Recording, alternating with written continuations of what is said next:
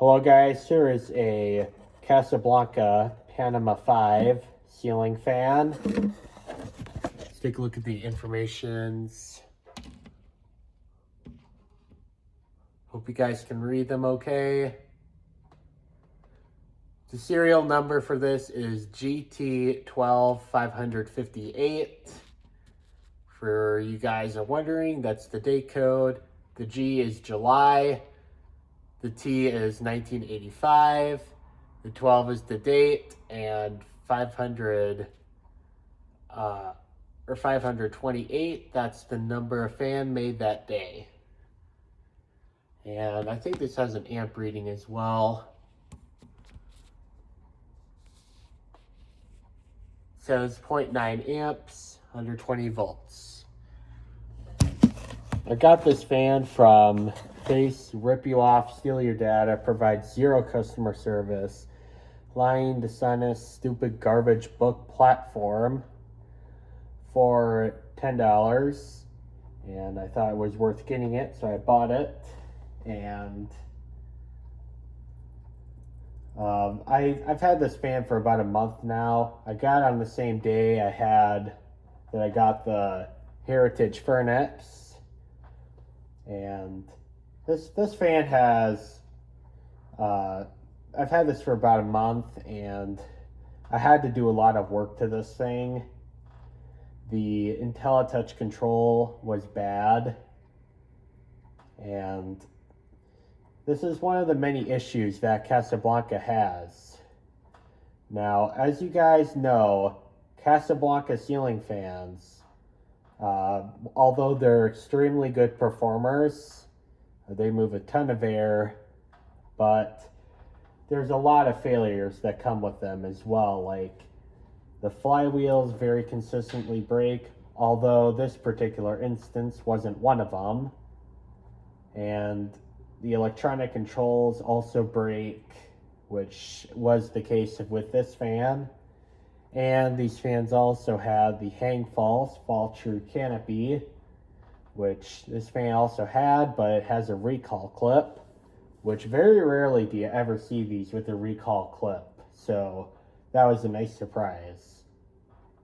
If this was a normal install, I would use that canopy, but since this is just a testing rig and the beams are just not going to let me do that properly, I just thought I'd just get a generic mounting bracket and just hang it for a test. It doesn't have to look pretty for a test.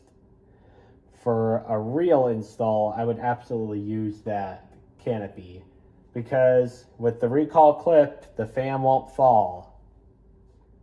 So back to the story on the IntelliTouch. This has a very complex story to it. Fun fact, the circuit board appeared to have been replaced twice. I mean, first of all, this fan was from 1985. On one of the IntelliTouch controls, it said 1991 on the controller. And then 10 years later, I saw a W32 switch, and that's from 2001. And when you're switching those two switches, the W11 and the W32, you have to replace the circuit board because of the additional features that the W32 has. And probably, I don't know how recent, but there was also a failure that was in the 2001 IntelliTouch that was replaced with the original circuit board. And unfortunately, the 2001 board broke. Probably pretty recently. Because, I mean, the fan portions of this worked, but the light portion wasn't working. So, unfortunately, I couldn't keep that IntelliTouch switch because I'm not going to use the IntelliTouch if the light is broken. And I know that a lot of people probably are going to get so paranoid in the comments like, oh, you just got rid of the $1 million treasure. Well, Now, fun fact, I'm not going to fix a circuit board. That's going to tend to break again and create more frustration down the road and blah, blah, blah. Not to mention, circuit boards are pretty expensive to repair or replace. So, since I'm an adult now and I really have to start making wiser choices with my money, I decided I'm not going to do that reckless route of spending a bunch of money just to get the circuit board fixed, which is going to break again. So, as previously advertised, more times than it should have to be, I am not going to keep the IntelliTouch system on this fan. As cool as I think it would have been to have a working IntelliTouch control.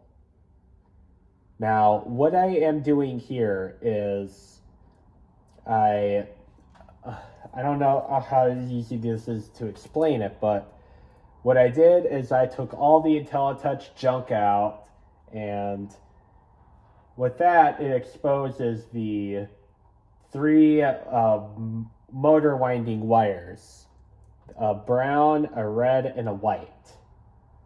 I connected the capacitor, one wire to the brown and one wire to the red. And I installed a reverse switch to this fan. And I think I have a reverse switch on the open to demonstrate what I did to the switch. Basically, it has 6 wires on it and 2 sets of 3 wires. I took one set of 3 wires out. I snapped that so that I would just have 3 wires remaining, 1 to the middle and 2 on either side. So what I did is I connected one winding wire to one side of the switch and the other winding wire to the other side of the switch. And that's how I'm getting the fan to work. The middle wire of the switch, I'm using a black wire powering down to the through the switch housing and connected that to the switch. So basically, this is a 1-speed fan, and basically, if you want to change the speeds, you would have to use a multi-speed switch or a remote control. And for those who are wondering, I did also add another second hot wire directly down to the switch just so it can connect to the light. And then the neutrals are self-explanatory. One from the windings, one for the light, and one that comes up the shaft to feed the ceiling wires. So I just capped those all off with a wire nut, and yeah, that's basically how I did the repair. I was originally going to connect this with 2 remotes.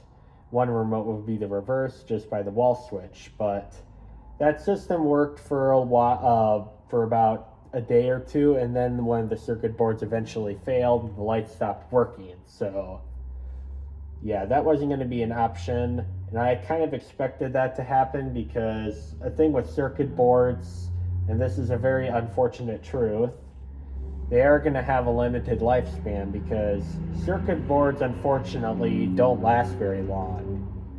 So that's why you don't see a lot of vintage computers. What was that honking for? I'm trying to record a video. Anyway, I just decided that system wasn't going to be practical, and I just decided to go with this system, which I like this system. And if you are ever in a situation where you only have 2 wires coming to the motor, which would be 1 switch on the wall, you can absolutely just connect a remote receiver. It doesn't have to be anything fancy, it just has to work. It can even be a cheap $10 one from like Walmart or something.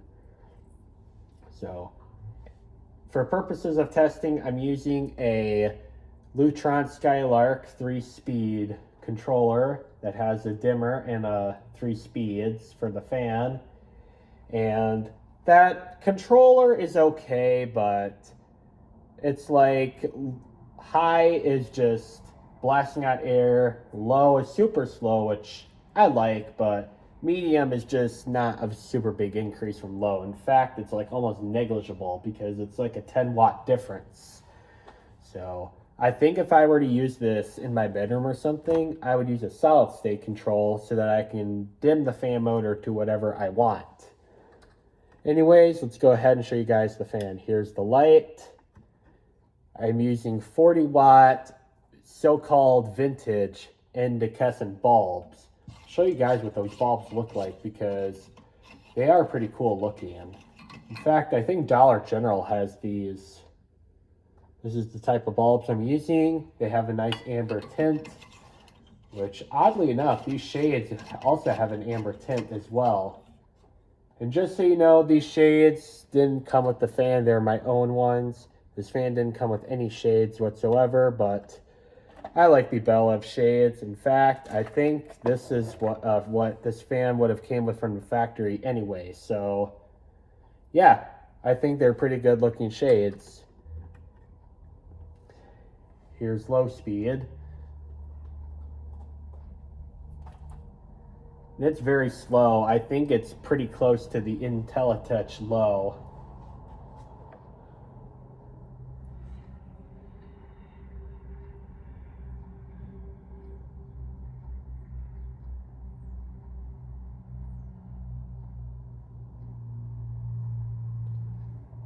This is a pretty nice, calm, slow low. Fun fact, the IntelliTouch control, and this is another gripe I have with the IntelliTouch system. The IntelliTouch, even if you don't have the fan or the light on, it still draws power, which I think is very stupid because the point of turning off a switch is to save you money on your electric bill. And while it's not a super big, huge increase in power, it is still noteworthy. So anyway, let's see if I can get a CFM test on this first. I don't know if I really could because I feel so little air coming from this thing because of how slow the fan is.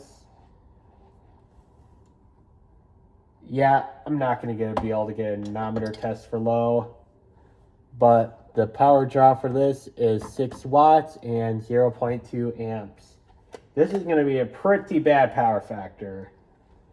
And we're testing this on 121 volts.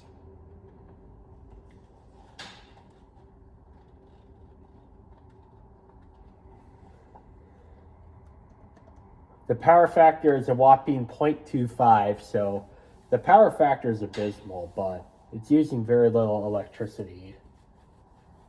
This is what I like for a low. This is a perfect example. You just barely feel the air movement.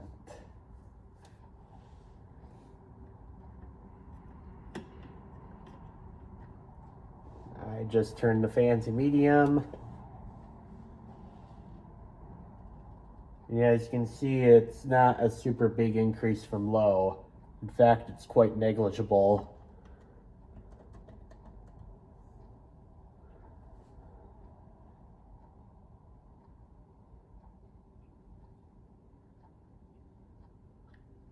I've seen ceiling fans have a low speed and you get that same exact RPMs.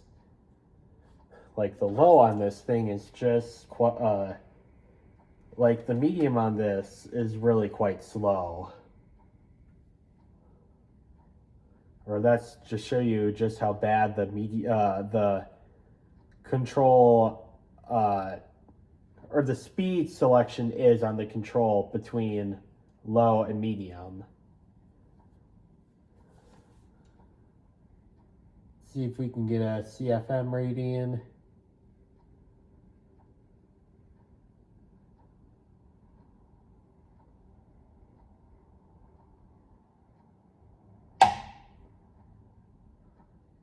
I'm getting 196, so the area that I'm going to use is 12.8. So I did 2,501 CFM.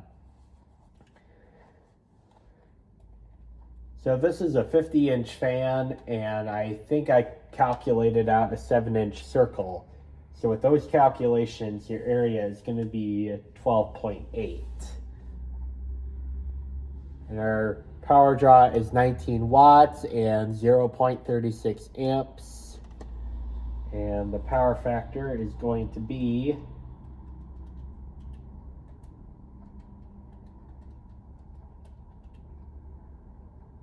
0.43, so the power factor is still quite abysmal on medium. And now high. And as you can see on high, it just completely takes off.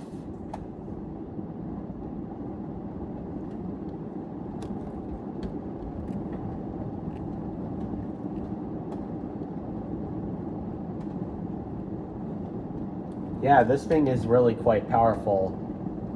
I can see why a lot of people in the fan community like these. But yet again, you have like I have that Hunter, I think it was Brookline. Yeah, the Hunter Brookline. That fan is in the 7,000 CFM range. So while I think this is also in the 7,000 range as well, if it does go over that, it's not very much.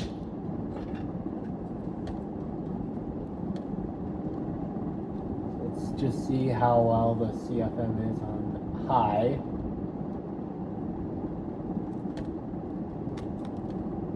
Getting a reading of 590, so let's see, 590 times 12.8. That's 7,552 CFM.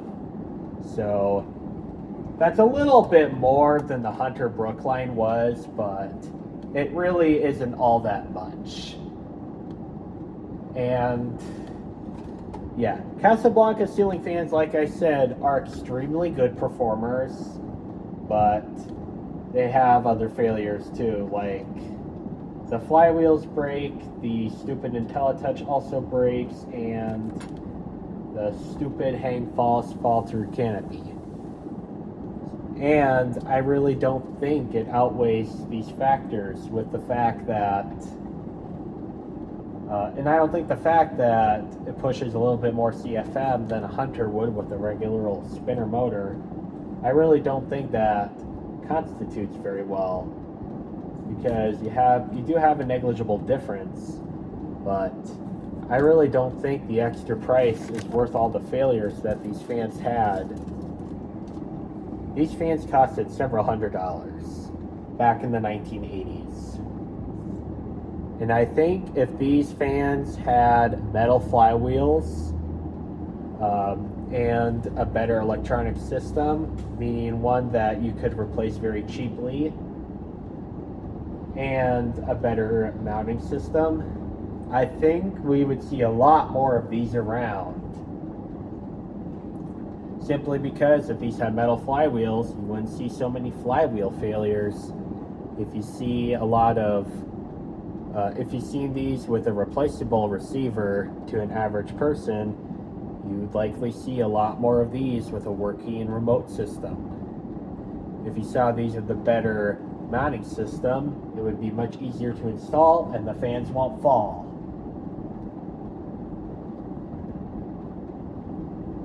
So anyway, this fan is drawing 106 watts and 0.86 amps, which I think we're going to get a lot better power factor.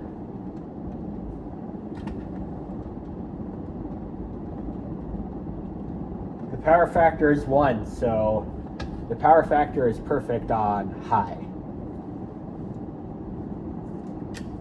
Alright, stop it, and I'll show you guys the fan on reverse.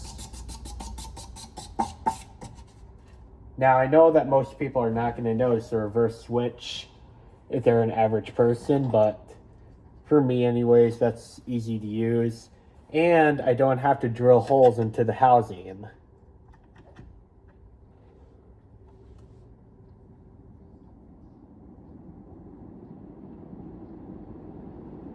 And for those who are wondering, I think I already mentioned this on video, but there are plenty of ways you can fix the IntelliTouch system. There's people that like to fix the circuit boards. I'm not one of those people. I don't know the skill. I don't and I'm not willing to pay the extra money. There's people that like to drill holes into the motor housing, but I don't like the idea of drilling holes into older appliances simply because they're not under manufacturer anymore. So I find this system where I just control it with the 3-speed switch, I find that's a good system. Or a good way to fix the IntelliTouch problem. Anyways, I'm going to end the video off here. Thank you guys so much for watching, and goodbye.